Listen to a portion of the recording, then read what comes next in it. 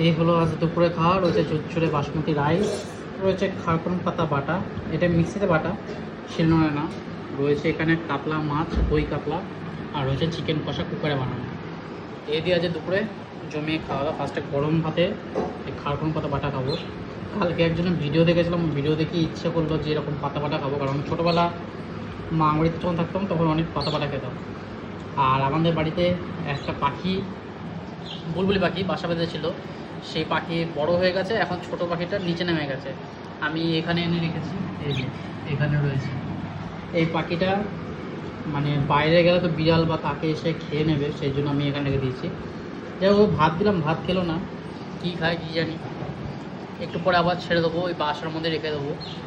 এখানে গরম ভাতে খারকুন পাতা বাটা দিয়ে একটু খেয়ে দেখি কেমন কী হয়েছে।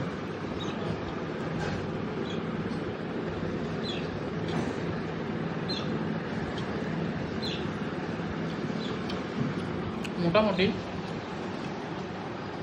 পাতাটা একটু বেশি হলে মানে ভালো হতো, কিন্তু পাতাটা ঝাঁজ আছে, হেভি লেগে খেতে। আগে মানে শিলনোড়া বাটা হতো তখন বেশ ভালো লাগতো। এরপরে আমি বেশি আনবো, 2 বাটি এনেছিলাম, অল্প কিছু পাতা।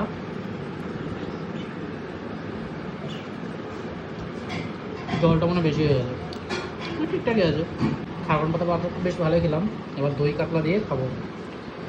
আর যে কাতলা মাছ ওটা অনেকটা বড় এনেছিলাম, তা 8-9 পিস হয়েছে। খারকুন পাতাটা বিশাল ঝাল ছিল, হেভি ঝাল ঝাল লাগছে। যাই হোক, দই কাতলা খেয়ে দেখি। প্রায় 600 গ্রাম আমি এনেছি আজকে। এটা যেহেতু বড় কাতলা, এটা 400 টাকার মতো কেজি।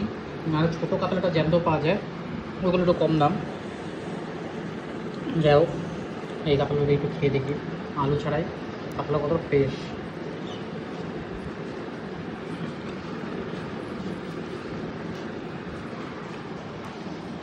দারুণ হচ্ছে,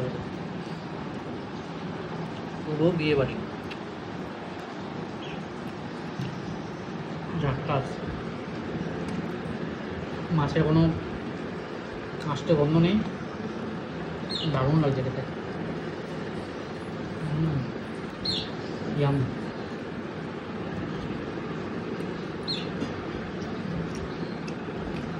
এর মধ্যে দই আছে, কাজু বাটা আছে, কিশমিশ আছে,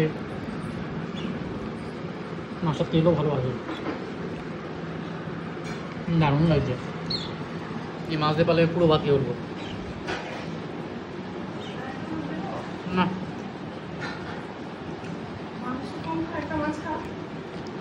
দারুণ টেস্ট।